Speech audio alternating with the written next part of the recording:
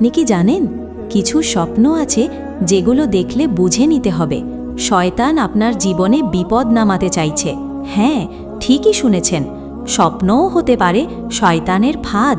তার আগে ভিডিওটিতে একটা লাইক দিন আর কমেন্টে লিখুন আউযু বিল্লাহি মিনাশ শাইতানির রাজিম।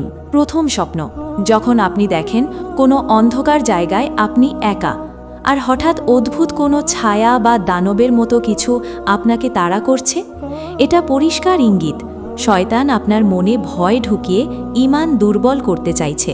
দ্বিতীয় স্বপ্ন, যখন আপনি দেখেন কেউ আপনাকে মেরে ফেলছে বা তীব্র আক্রমণ করছে অথচ আপনি চিৎকার করলেও কেউ সাহায্য করছে না, এটা বোঝায় শয়তান আপনার জীবনে অস্থিরতা, মানসিক চাপ আর ফিতনা তৈরি করতে চাইছে।